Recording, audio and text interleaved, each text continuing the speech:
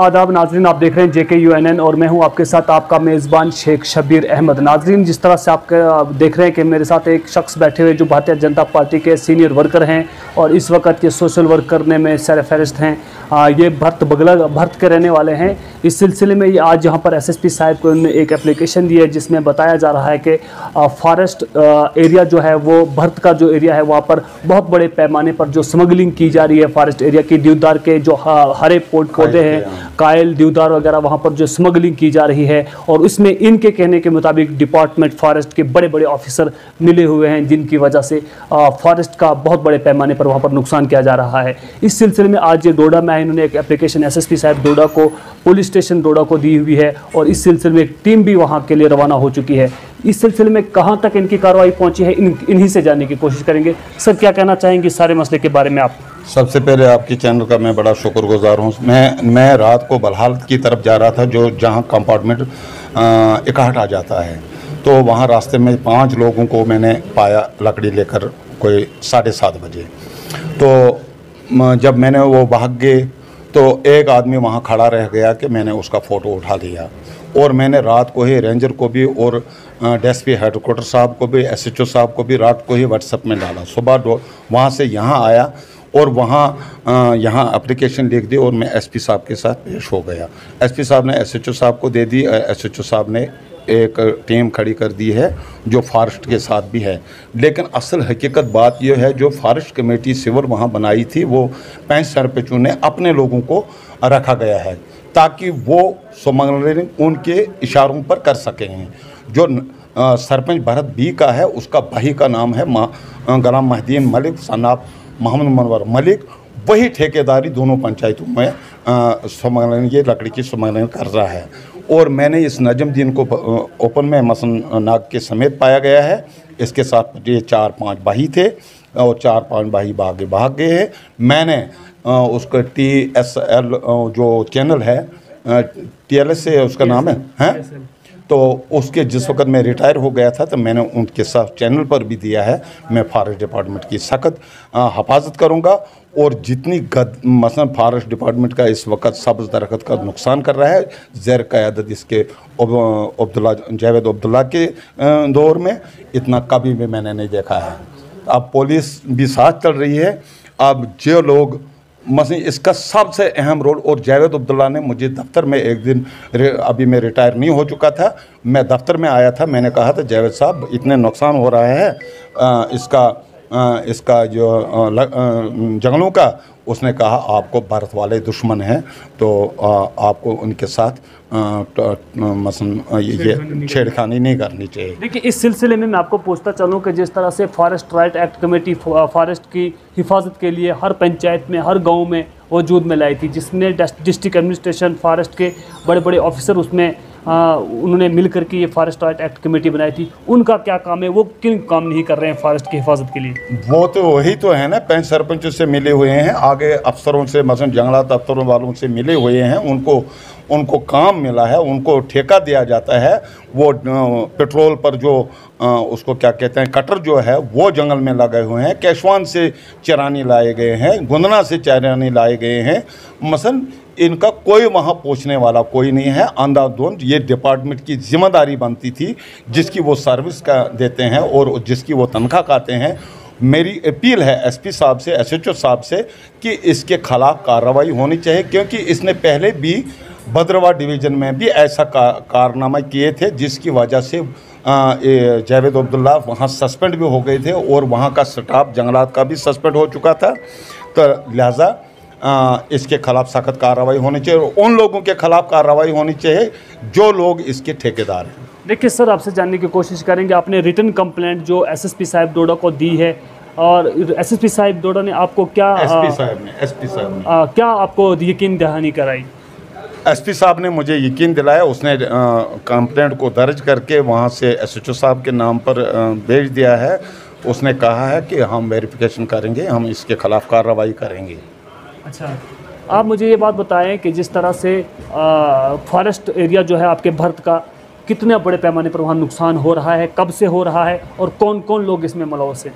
इसमें सबसे पहले वो लोग मुलव्वस हैं जो कमेटी के लोग हैं, जो कमेटी फॉरेस्ट कमेटी बनी थी वो लोग इसमें मुलव्वस हैं। और उसमें जंगलात डिपार्टमेंट खुद मुलव्वस है, रेंजर तक इसका मुलव्वस है, डेफो तक भी।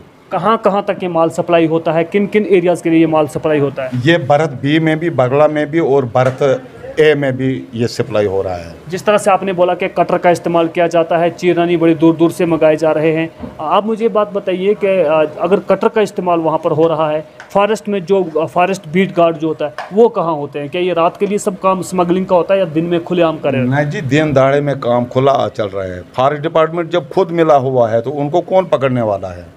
फॉरेस्ट डिपार्टमेंट जब उनके साथ मिला हुआ है, फॉरेस्ट कमेटी जो है वो 5 सरपंचों ने अपने ही आदमियों को बनाया है। तो वो परमिशन भी होगी ना फॉरेस्ट की, उनके पास परमिशन पर हिंदू परमिशन नहीं है, सब्ज दरख्त की कोई परमिशन नहीं है। अगर परमिशन है तो उसका मोडो नंबर लगता है, बाज़ाब्ता एक कानून है।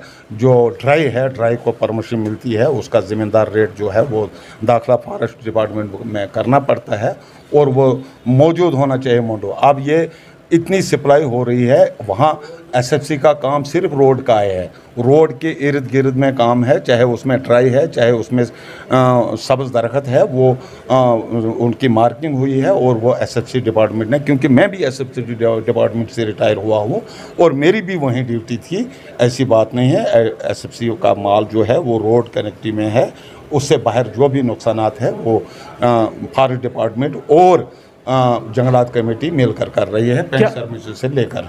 क्या डिमांड रहेगी आपकी डीएफओ साहब डोडा से, रेंजर साहब डोडा से क्या डिमांड रहेगी? एडमिनिस्ट्रेशन से क्या उम्मीद रखते हैं आप?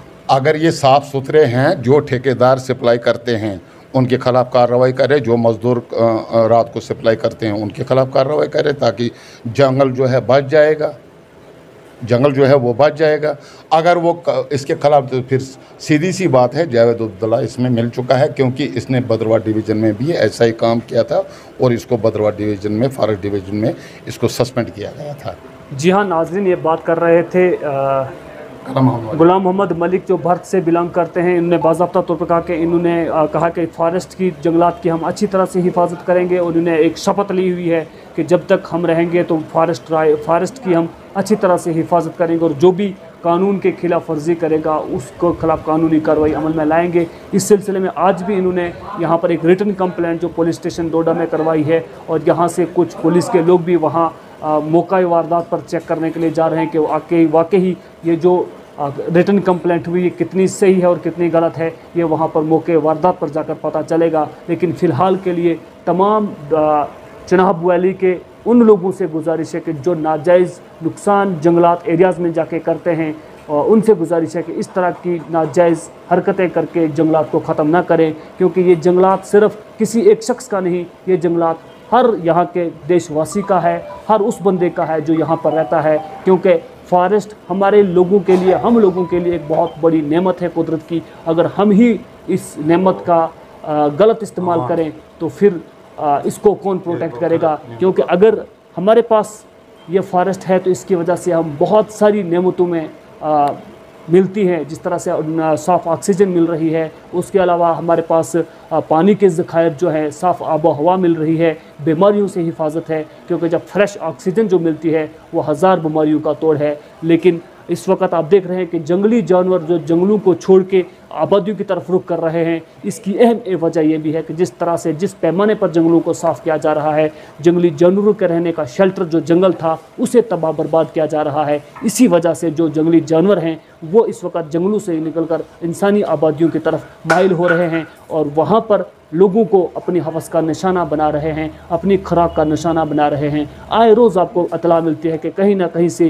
किसी को शेर ने पकड़ा, किसी को रीछ ने पकड़ा। इसकी अहम वजह यह है कि जिस तरह से हम लोगों ने जंगल का सफाया करना शुरू किया है, इसी तरह से मूजी जानवर भी आबादियों का रुख कर रहे हैं और मूजी जानवर इस वक्त आबादियों में अपना घर कर चुके हैं। बच्चों को स्कूल जाना मुश्किल हो चुका है, क्योंकि वाइल्ड लाइफ वालों ने भी इतने जानवरों को पकड़ा है, वो कितने को पकड़ेगी, क्योंकि उनका जो शेल्टर था वो शेल्टर ही हम लोगों ने तबाह कर दिया। अब वो आबादियों में उन्होंने अपना घर करना शुरू कर दिया है। इस सिलसिले में इसके अलावा जंगलात के और भी बहुत बड़े फ़ायदे हैं जो इस वक्त में आपको बयान नहीं कर सकता। लेकिन इसके अलावा जिस तरह से इन्होंने गुलाम मोहम्मद मलिक साहब ने यहाँ पर एक रिटन कंप्लेंट डोडा पुलिस स्टेशन में दी है, इस सिलसिले में आगे क्या कार्रवाई रहेगी वो भी आप तक पहुंचाने की पूरी कोशिश करेंगे। लेकिन तब तक के लिए देखते रहें आप JKUNN। मिलेंगे और नए अपडेट के साथ, तब तक के लिए वसलाम।